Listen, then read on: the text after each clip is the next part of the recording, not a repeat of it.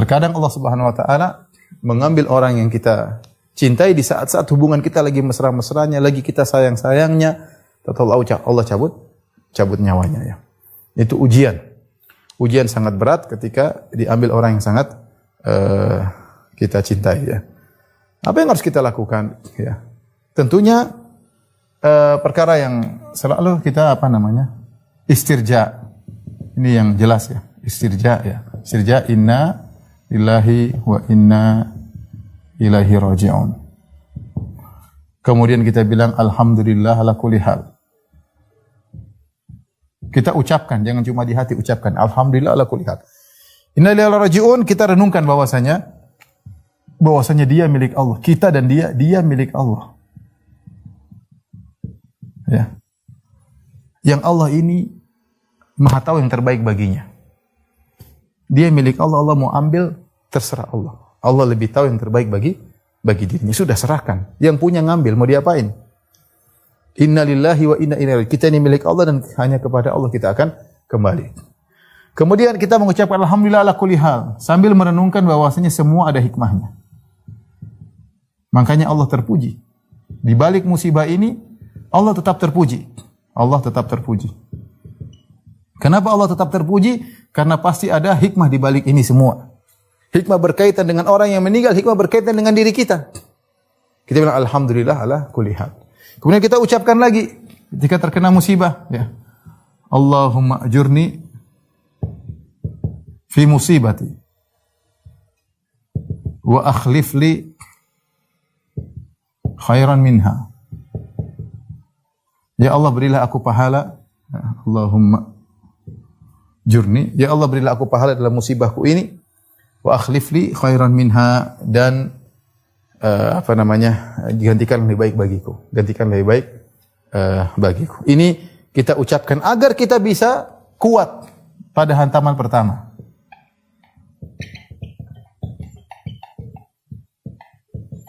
Hantaman pertama. Nabi SAW bersabda, Innama sabru inda sadamatil ula.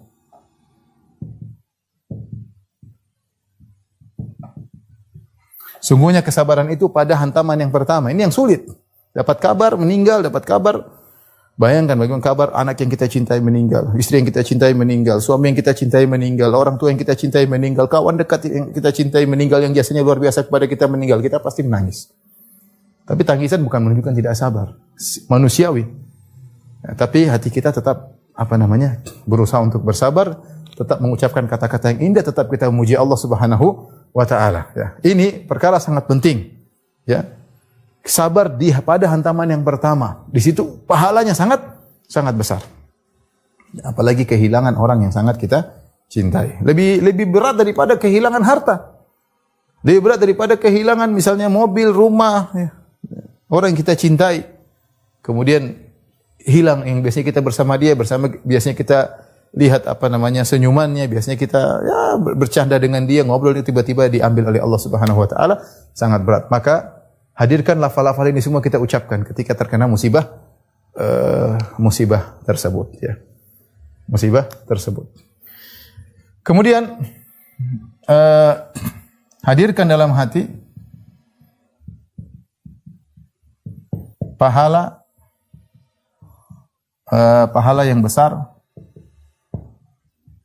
bagi orang yang diuji, orang yang sabar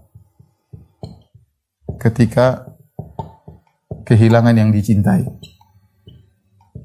Yang dicintai. Saya akan bacakan ya hadis-hadis berikut ya supaya kita dapat pahala ya. Dapat pahala dari musibah yang kita alami tersebut. Musibah ini bisa menimpa saya, bisa menimpa antum. Mungkin sekarang enggak, musim corona sekarang enggak, mungkin nanti. Tadi Jibril sudah mengatakan, "Ahbib man syi'ta fa innaka mufariquh." Cintailah siapa yang kau sukai, siapa saja terserah, mau cinta orang tua, mau cinta anak, mau cinta istri, mau cinta suami, mau cinta kawan, kau pasti meninggalkan dia. Entah dia yang meninggalkanmu atau kau akan meninggalkan dia.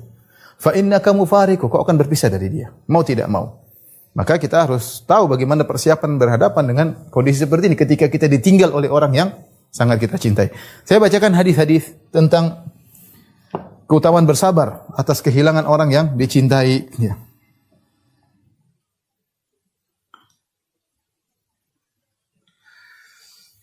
Contohnya dalam satu hadis, ya, kata Nabi SAW, "Idza mata waladul rajul, yaqulu Allah Ta'ala li malaikati." Ketika wafat anak dari seseorang, yaitu seorang dari hamba-hamba Allah, salah seorang hamba Allah anaknya meninggal, maka Allah bertanya kepada malaikat, ya, "Aqabtum walada abdi?" Apakah kalian mengambil anak hambaku, cabut nyawanya? Fayaquluna na'am, malaikat mengatakan, "Iya ya Allah." Fayaqulu wa huwa alam, dan Allah bertanya dan Allah lebih tahu jawabannya. Aqabattum samarata fuadihi, apakah kalian telah mengambil buah hatinya? Subhanallah. Anak sampai disebut oleh Allah dalam hadis ini samarata fuadihi, buah hatinya. Kita enggak tahu betapa besar kecintaan seorang orang tua kepada luar biasa, ya. Lihat sekarang orang tua kerja keras sampai setengah mati demi menyenangkan anaknya. Dia kerja mungkin 24 jam supaya pulang bisa lihat anaknya tertawa, ya. Betapa besar cinta orang tua kepada anak. Ini anak yang dia cintai dicabut nyawanya oleh malaikat. Maka Allah bertanya, "Aqabattum samarata fuadihi?" Apakah kalian telah mencabut nyawa buah hati hambaku? Ya. Fayaquluna na'am, malaikat berkata iya. Fayaqulu madza qala abdi? Allah bertanya lagi, apa yang diucapkan oleh hambaku ketika anaknya diambil?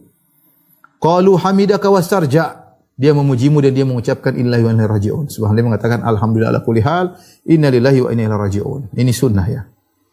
Ya, agar hati kita kokoh. Ya, ucapkan alhamdulillah ala kulli hal. Sambil kita renungkan maknanya alhamdulillah ala kulli hal, pasti ada hikmahnya, ya Allah. Engkau Maha terpuji dalam segala keputusanmu. Alhamdulillah ala kulli hal.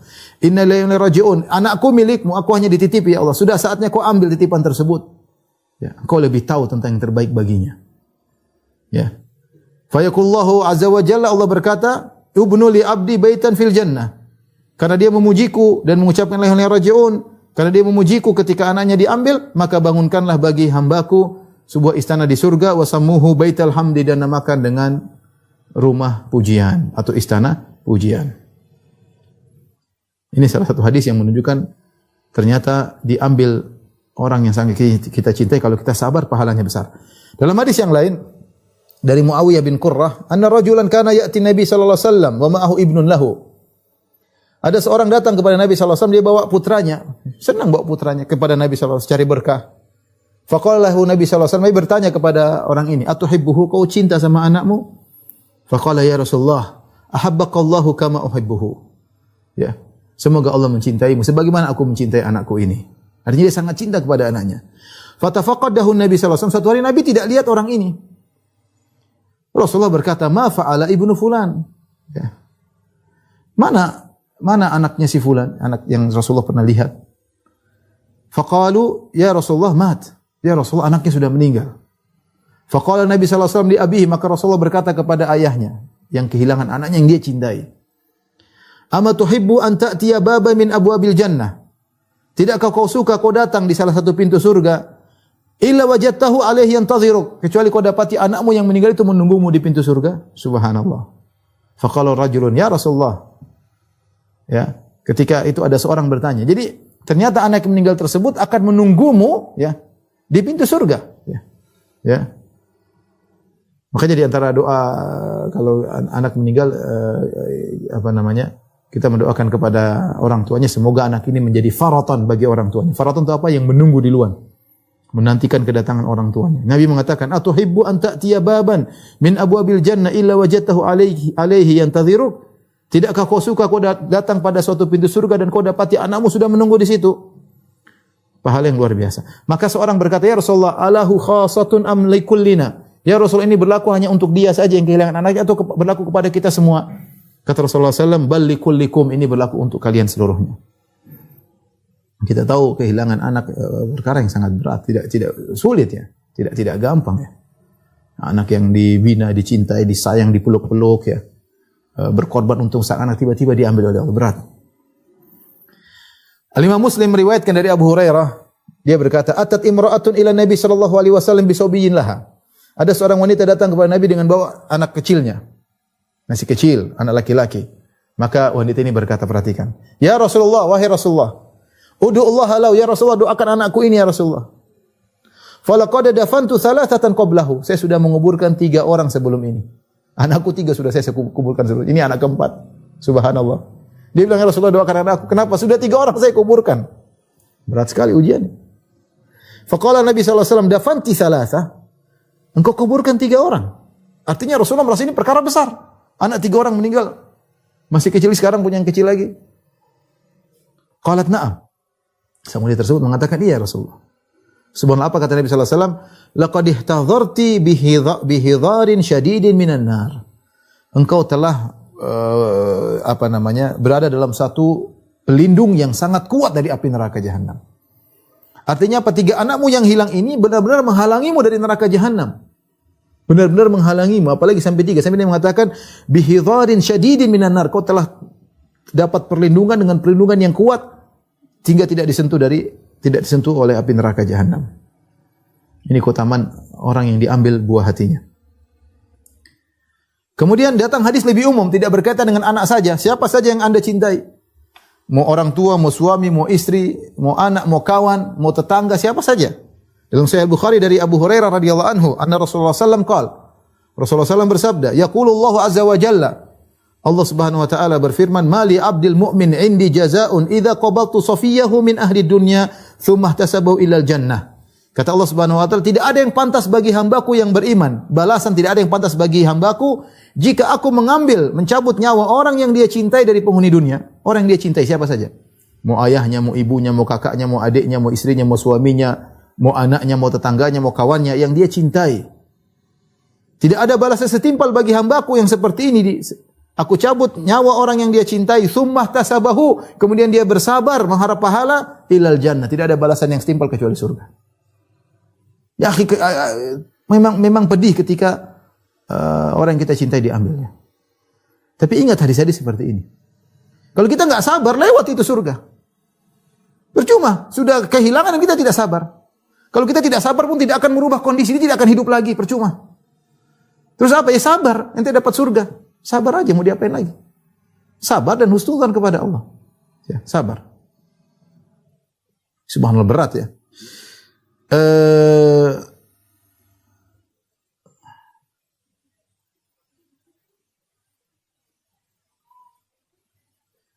Ini di antara hadis-hadis yang menunjukkan tentang keutamaan bersabar dari kehilangan orang yang dicintai. Saya akan sebutkan sebuah kisah, 2 buah kisah yang itu dalam buku-buku sirah ya, dalam buku tarikh ya.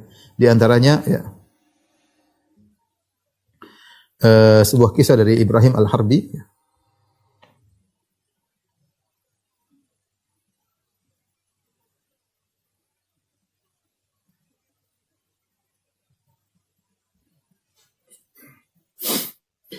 Ibrahim Al-Harbi rahimahullahu taala ya.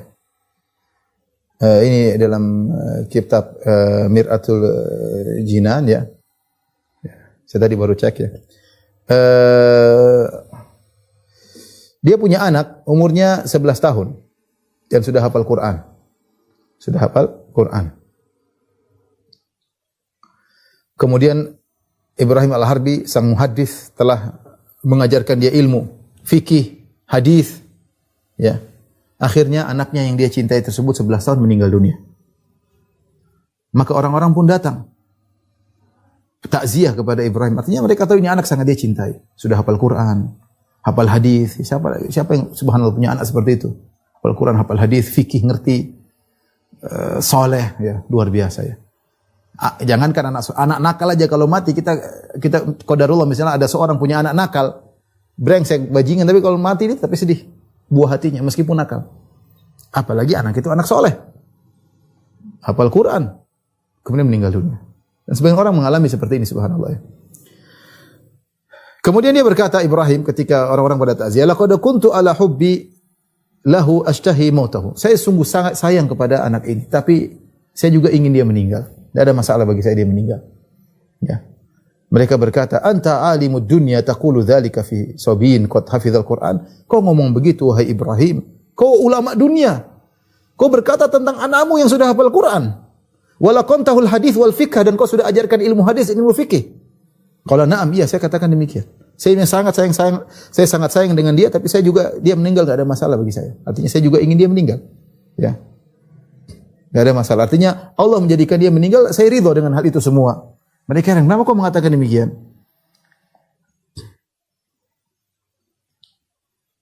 Dia cerita akhirnya, kenapa dia mengatakan demikian? Dia mengatakan, "Falaqad ra'aitu fi manami ka'annal qiyamata qamat." Aku pernah lihat dalam mimpiku, seakan-akan telah tegak hari kiamat. Wa ka'anna sibyanan bi aidihim qilalun fiha ma'un yastaqbilun nas. Kemudian aku lihat sebagian anak-anak di padang mahsyar, mereka membawa kendi-kendi berisi air menyambut orang-orang yang datang untuk dikasih minum. Hari sangat terik ketika itu di padang mahsyar. Wa kana al-yawm haran syadidan harruhu. Hari tersebut sangat panas ya, di bawah terik matahari dengan jarak 1 mil. Qala faqultu li ahdi, maka aku ketemu dengan salah seorang anak-anak tersebut, aku berkata, "Isqini min hadzal ma." Berikan, saya haus, berikan air padaku. Qala fa nadhara ilayya, ini dalam mimpi dia cerita. Anak itu pun melihatku. Dia berkata, "Lasta abi, kau bukan ayahku. Saya tidak bisa kasih minum kepadamu, kau bukan ayahku." Qultu man antum, siapa kalian anak-anak ini yang bawa air minum siap memberikan kepada orang yang haus? Nahnu sibya alladzina mitna wahtasabana abauna. Mereka mengatakan kami adalah anak-anak yang kami meninggal sementara orang tua kami mengharap pahala dan sabar dengan meninggalnya kami. Nantadhiruhum linasqiyahum. Kami nunggu bapak-bapak kami datang, orang tua kami datang, ibu kami datang untuk kami berikan minum kepada mereka. Ya. Qala, itulah sebabnya kenapa aku ridha anakku meninggal dunia.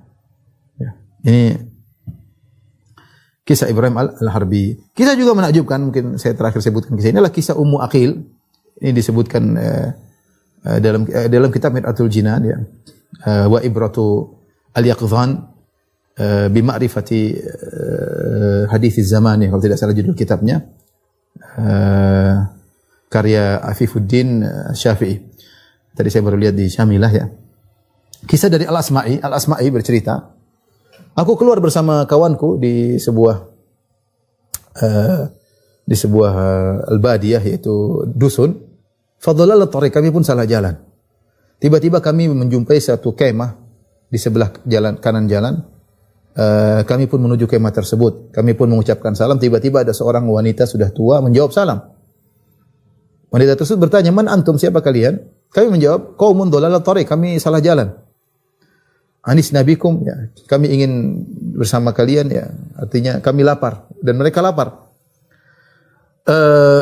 Kemudian wanita tersebut mengatakan, "Wallu wujuhakum, tolong balik, saya akan siapkan makanan bagi kalian." Kami pun balik tidak menghadap ke kemah karena wanita tersebut siapkan makanan. Ya, kemudian dia menghamparkan semacam permadani, kami pun duduk di situ. Tiba-tiba bibairin muqbil, tiba-tiba ada onta datang. Alaihi raqib, ada yang mengendarai onta tersebut. Wa idza biha taqul, ya. As'alullah barakatal muqbil. Aku mohon kepada Allah keberkahan orang yang datang ini. Amal ba'ir fa ba'irun waladi. Onta itu adalah onta anakku. Wa amma raqibuhu falaysa biwaladi. Adapun yang naik onta tersebut adalah bukan anakku. Ja'a raqib. Akhirnya orang itu datang. Wa qala ya Umma Aqil. Yang naik ontanya anaknya berkata, "Wahai Ummu Aqil, assalamu alayki. A'zamallah ajraki fi Aqil." Semoga Allah memperbesar, membalas engkau dengan pahala ganjaran yang besar atas wafatnya anakmu Aqil. Faqalat, "Waihak, awaqad mata Aqil? Apakah telah meninggal anakku Aqil?" Qala, "Na'am." Ia sudah meninggal. Qalat, "Wa ma sababu mautihi?" Apa yang menyebabkan dia meninggal? Sang pengendara onta tersebut berkata, "Izdahamat alaihil ibil faramat bihi fil bi'r." Banyak onta-onta, akhirnya ada satu onta yang melemparkan dia, akhirnya masuk ke dalam sumur, akhirnya meninggal dunia. Faqalat inzil. Kata sang wanita, sang ibu, "Turunlah engkau." Ya. Wa dafat lahu kabshan wa nahnu muddahishun. Maka dia pun kasih seekor kambing. Ya, kami pun heran kenapa ini kemudian disembelih, kemudian dimasak, kemudian laki-laki tersebut menghidangkan makanan bagi kami. Kami heran, faja'alna nata'ajjab min sabriha, kami heran dengan sabarnya Ummu Aqil. Tatkala selesai makan kami bertanya, ya. Maka wanita itu bertanya, "Hal fikum ahadun yuhsinu min kitabillah?" Adakah di antara kalian yang pandai baca Al-Qur'an? Faqulna na'am, ada. Qalat faqra'u, kalau gitu bacakan ayat kepadaku. Ayatin ata'azza biha an ibni, ayat yang aku hibur diriku atas wafatnya putraku. Maka salah seorang mereka yang membaca wa basyiris sabirin. Berilah kabar gembira kepada orang yang sabar. Alladzina idza asabatum musibatun qalu inna lillahi wa inna ilaihi raji'un. Yaitu orang-orang yang jika ditimpa dengan musibah mereka berkata inna lillahi wa inna ilaihi raji'un. Ulaika alaihim salawatu min rabbihim wa rahmah. Mereka akan mendapat salawat dari Allah, dapat rahmat. Wa ulaika humul muhtadun, dan mereka adalah orang yang dapat petunjuk. Ummu Aqil berkata, Allah, innaha la fi kitabillah. Ada ayat ini dalam ayat seperti dalam Al-Qur'an. Qultu wallahi innaha la fi kitabillah. Aku berkata demi Allah ini ayat dari Al-Qur'an. Kemudian dia berkata, inna lillahi wa inna ilaihi raji'un. Sabran jamilan, ya. Wa indallahi ahtasibu aqilan. Aku bersabar dengan sabar yang indah dan aku berharap pahala atas wafatnya anakku Aqil di sisi Allah Subhanahu wa taala. Kemudian dia berkata, Allahumma inni fa'altu ma amartani bihi. Ya Allah, aku telah menjalankan apa yang kau perintahkan kepadaku. Fa anjiz li ma wa'atani, maka kabulkanlah kepadaku apa yang kau janjikan untukku. Ini artinya kisah ada masih banyak kisah-kisah yang lain ya. Yang kalau kita mau ceritakan sangat panjang, tapi ini kisah orang-orang terdahulu bagaimana mereka sabar dengan wafatnya anak-anak mereka atau orang yang mereka cintai. Jadi kita tambahkan sedikit insyaallah taala. Jadi hadirkan dalam hati pahala besar bagi orang yang bersabar. Sampai saya baca pernyataan Qaul Ibnu Al-Qayyim rahimahullah dalam Thariqatul Hijratain, dan saya akan cek lagi. Intinya maknanya ketika Anda bersabar, Anda merasa sakit pedih luar biasa. Bagaimana orang Anda cintai itu telah meninggal. Rasa sakit itu nanti akan berubah jadi kebahagiaan. Semakin Anda pedih, itu kepedihan benar-benar akan menjadi kebahagiaan. Kebahagiaan di mana sejak Anda di alam barzah. Itu berubah semua. Tapi kalau Anda marah-marah, tidak jadi apa-apa. Tidak jadi apa-apa. Makanya sebagian ulama mengatakan bahwasanya sabar itu adalah cara praktis untuk cepat masuk surga. Sabar, cara praktis naik level. Sampai mereka mengatakan bisa jadi Anda beribadah bertahun-tahun, salat malam, sedekah. Bisa jadi itu semua kalah dengan sabar yang sesaat. Sabar itu pahalanya besar. Makanya dalam hadis kata Nabi SAW, Innal abda sabaqat lahu manzilatun minallahi. Sungguhnya ada seorang hamba, dia sudah punya kedudukan di sisi Allah Subhanahu wa taala. Lam yuballighha bi amalin, lam yablugha bi amalin. Ternyata amalnya tidak kuat untuk mendongkrak dia. Amalnya tidak cukup, dia sudah puasa, sudah salat malam, tapi tidak bisa naikkan dia ke level tersebut. Ibtalahu Allahu, maka Allah pun menguji dia fi jasadihi, pada jasadnya, fi malihi, pada hartanya, fi waladihi, pada anaknya. Fasabbarahu ala dzalik, Allah bikin dia sabar. Hatta yuballighahu iyyaha, sampai Allah membuat dia bisa naik di tempat tersebut. Kenapa? Karena sabar itu pahalanya sangat besar. Kata Allah Subhanahu wa taala, "Innama yuwaffas sabiruna ajrahum bighairi hisab." Sabar itu pahalanya tidak terhingga. Kalau pahala lain 1 kali baca 10 kali lipat, 1 amalan 10 kali lipat, bisa jadi 700 kali lipat. Sabar tidak terhingga. Makanya sabar itu sangat praktis untuk menaikkan level seorang dengan cepat. Saya ulangi lagi, bisa jadi Anda puasa sunnah selama 2 tahun, 3 tahun. Anda bisa salat malam, bisa jadi dikalahkan dengan sabar yang sesaat. Sebaliknya bisa jadi Anda bermaksiat dengan maksiat yang banyak. Tapi karena Anda bersabar dengan ujian yang berat, itu sabar menggugurkan seluruh dosa-dosa Anda. Anda sudah istighfar tapi enggak cukup untuk menggugurkan dosa Anda. Anda sudah mengatakan Rabbi ghfirli wa tub alayya, tapi doa taubat Anda masih enggak beres. Istighfar Anda masih enggak beres. Allah kasih musibah. Terus Anda sabar, itu semua dosa-dosa dihapuskan. Maka ingat saya katakan, sabar itu pahalanya sangat besar, ya. Ya. Sangat secara praktis naik level, pahalanya besar. Ya. Itu adalah kebahagiaan. Jadi ini yang membuat kita sabar. Kita lagi nangis sedih, ya Allah, ini nanti akan jadi kebahagiaanku. Ini akan jadi nikmat surga. Setiap kesedihan yang kita rasakan akan berubah jadi nikmat surga. Jangankan sebelum di surga, di alam barzah sudah kita rasakan. Mungkin yang terakhir, mungkin banyak tapi hal waktu sudah mau habis. Terakhir kita bilang husnuzon. Semoga apa yang dialami orang yang kita cintai tersebut lebih baik daripada kalau dia hidup terus. Kalau dia hidup terus. Ya, kita nggak tahu ya. Anak kita mungkin meninggal, kita nggak tahu dia besar kayak apa. Mending sekarang, kalau dia meninggal sekarang jelas masuk surga, nungguin kita di pintu surga, kan enak, selesai. Dia besar belum tentu medsos kayak begini, banyak maksiat macam-macam, kita nggak tahu nasib dia seperti apa. Belum tentu kita bisa mendidik dia. Nggak gampang didik anak. Sudah, ketika dia diambil masih kecil, berarti dia dimasukkan surga, selesai. Nungguin orang tuanya di pintu surga. Sebagaimana tadi Nabi SAW sebutkan. Ya.